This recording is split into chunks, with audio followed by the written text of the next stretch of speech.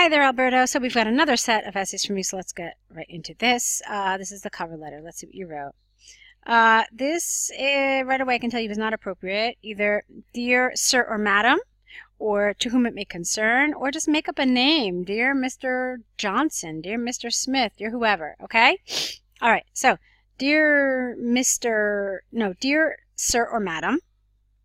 My name is Alberto Martinez, a Spanish civil engineer who has 5 years of experience working in major construction projects. I'm writing this letter to inform you about my interest in the project engineer position you published last week on LinkedIn. I strongly believe I am the professional you are seeking, as my abilities match what you requested in your advert. So you have to change around some of the grammar here, some of the pronouns and so forth. My self-motivation, my commitment, and my knowledge about the Australian standards would make me one of your company's main pillars. That's nice. In the past, I worked for 3 years with Ferrovial in a highway construction contract, and I was also employed by Fulton Hogan for 2 years, delivering roadwork upgrades in Sydney. While in these 2 projects, I learned almost everything I will need to be the productive asset your company is looking for.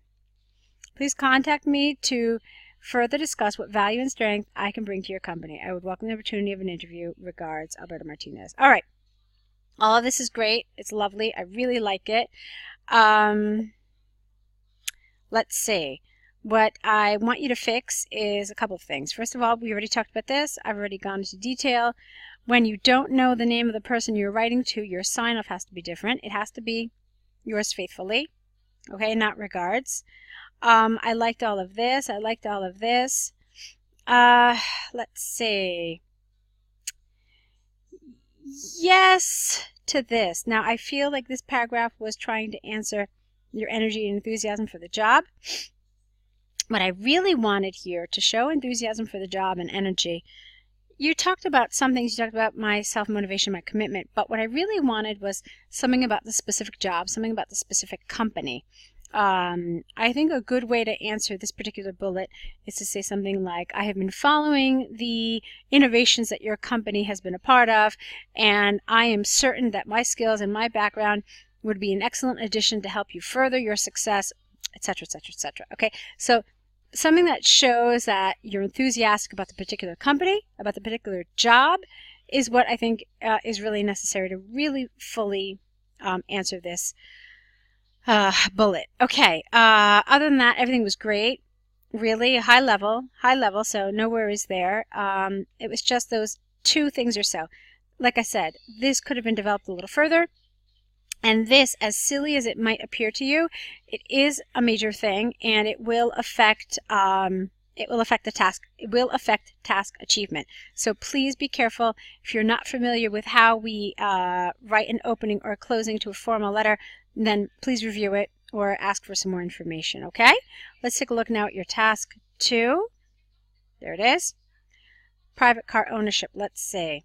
Nowadays, almost everybody has an automobile to drive. There are different ways of addressing the costs a vehicle means, such as rents, leases, or direct purchases. The success of this last option, buying cars, has been trending lately. However, does this process have more advantages than drawbacks? The essay below provides arguments and examples in favor of car purchases. Good. I'm glad that you told me. I was a little worried that you weren't going to tell me your opinion. You saved it till the very last phrase, but you did it, so good. Everything's fine there. Okay. Firstly, it is important to consider the fact that car rents or leases leave no physical asset after their term finishes. Otherwise, if the vehicle is purchased, there is still a residual value after the automobile has been amortized. I'm not really sure what that word means, but okay. Birmingham University published research, not a research. It's uncountable, remember, okay? Regarding this matter last month, where it was shown that buying a car is 20% more productive than driving one that is not owned. Therefore, it can be understood that purchasing a vehicle is a good investment. Okay, fine. Secondly, the current car market is really busy, and this is making their acquisition much more affordable.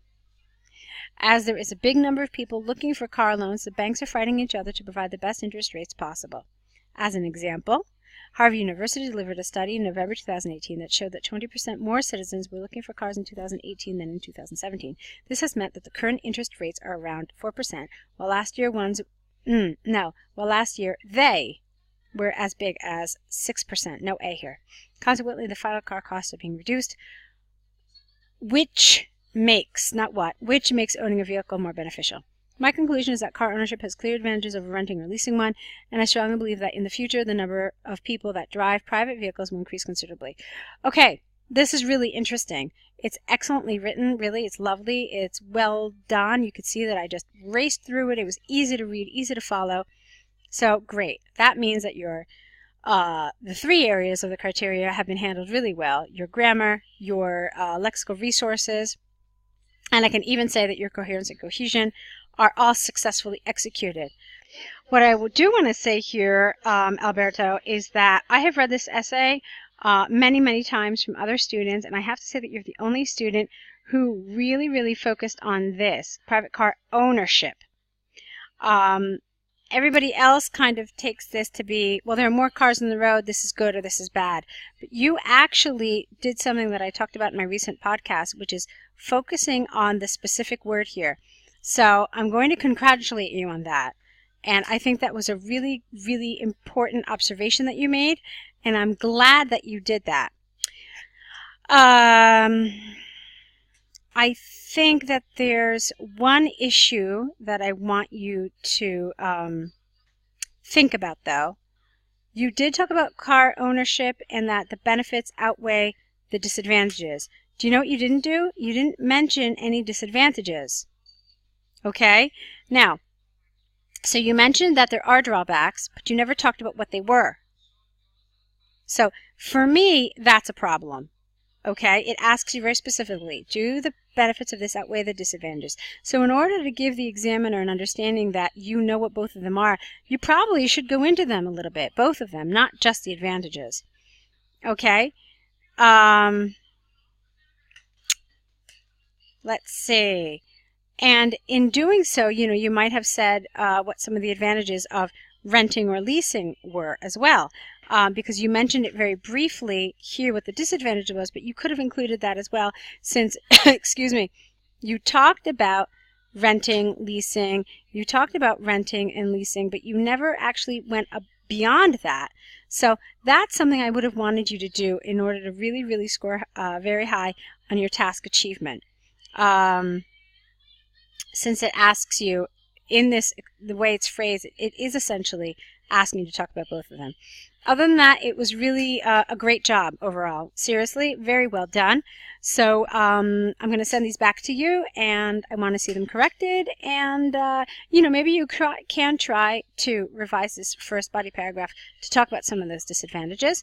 I'm looking forward to seeing what you write, so good luck with it.